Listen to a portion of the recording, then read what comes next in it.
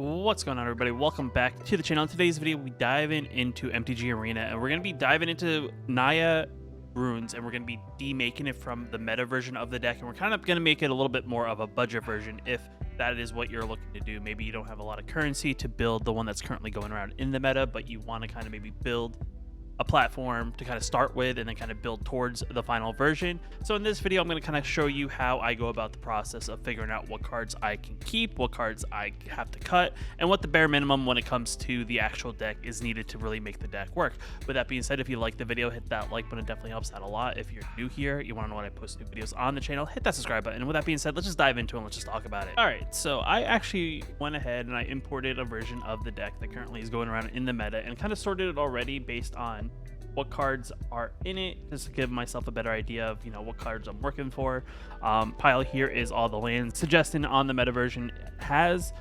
These are some of the enchantments. This is the Runeforge champion for the the runes to make them cheaper, and it'll help us search for them. And then here is the pile of the other stuff in the deck. I mean, really, if you think about it, this deck is really low to the ground, so the curve isn't too bad when it comes to overall cost of cards. It does have quite a few commons and uncommons, so the one thing in order to do this, you may need quite a few common and uncommon wildcards to begin with to kind of start the process. But I do think if we can kind of get that like set up and maybe have a couple rares in the deck, it's not going to be too bad. So the one thing I would say first when it comes to 3-color decks is that it gets a little bit more expensive on the rares. As you can kind of see here, there are quite a few cards that are rare, and it's just in the land base. I mean, really, if you think about it, there's 13 total rares that are not that are cards, and then there's a bunch of lands that we have to kind of replace. So we'll start there. Let me just take out the basics. Just take out the basics, kind of see what we're working with. So there's 5 basics, and then we have 1, 2, 3, 4, 5, 6 different cards. The one thing I'm gonna do that I do think these passes are good. These are definitely rares. They're necessary to kind of help the deck maybe be as effective. These I feel like are better kind of as well, in the sense that these have an additional effect on top of what they are. But these definitely aren't necessary. Pathways, I think, are some of the best lands currently in the format, as they come into play untapped regardless of what time of the game they're playing. And the cool thing is you do actually start with one of each, so we can definitely keep one of each pathway.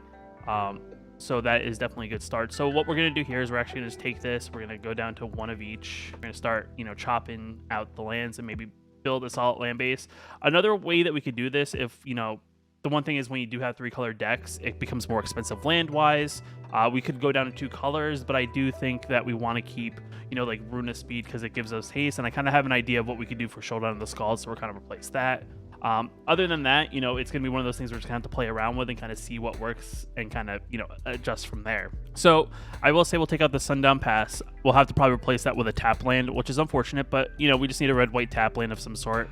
And there's 2 in the format that we can choose from. So definitely going to remove those. This we can just, add an additional forest, get rid of that, add additional plains, add one of those. Okay, so we're right now sitting at 47 cards, and that's with us just, removing the lands. And if we take a quick look at the deck, sorry, wrong side, we have 10 lands. So I would say we need probably 13 more, so 23 lands in the deck.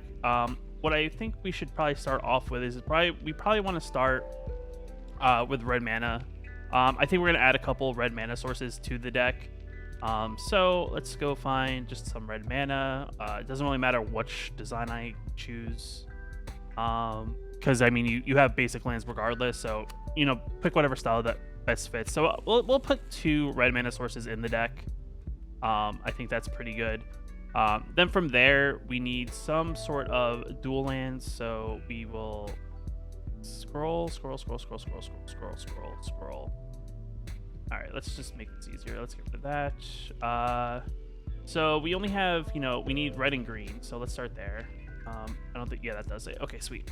So this is where it gets a little tricky. You can do one of 2 things. We could, do Rugged Highlands, which gives you the benefit of 1 life. You could also do the Highland Forest. I think we'll just do the Rugged Highlands just because it's a common, and they're both commons, but I like the 1 life. I think that's better, and we're gonna add 3 of those to kind of make up for the lack of pathways. We'll do the same for the red and white one, and I do think replacing the lands actually first is probably priority. Then we will add in our red, green, white lands minus the red. and then we'll add in 3 of those, which brings us to 58. So that means we need 2 more mana sources. And this is where it gets a little tricky, just because we're kind of limited. You know what? I think what we could do here is, why don't we put an Evolve in Wilds? There we go. Let's put one of these bad boys in here. We'll put 2 of them just to maybe help us maybe find a basic, just because, you know, we have a couple, we have one of, you know, we have each basic land, and I do think this is definitely a good starting point when it comes to our land base. And we'll just double check what our land base is. It is 23. All right, sweet. Now the next part we want to do here is we want to probably figure out, you know, how can we make this cheaper when it comes to the actual deck base. So, you know, Sheldon the Scalds, we'll get rid of these. I know they're really good. They help us refill our hand back up, but I do think there's a red card that's currently in the format that's, I think, common. I think it's from Crimson Vow. It's 2 mana. So we'll filter it real quick. 2 mana, and then we just gotta find it. If I'm not mistaken, it's you pay 2 mana, you look at you reveal the top 2 cards of your library, you can play those up until the next turn. I just don't remember if it's instant or sorcery. So let's just filter it again, trim it down to instants and sorceries at 2 mana. I believe it's from Crimson Vow. Yeah, Reckless Impulse. I think this is actually pretty good. It kind of does what, you know, the other card does, but it doesn't have the other parts of the saga. So it is unfortunate, but I do think this is definitely an okay, you know, add to replace. Hallowed Haunting and Runeforge Champion, I do think are 2 cards that are definitely needed in the deck, because these are both cards that help make our enchantments that much better.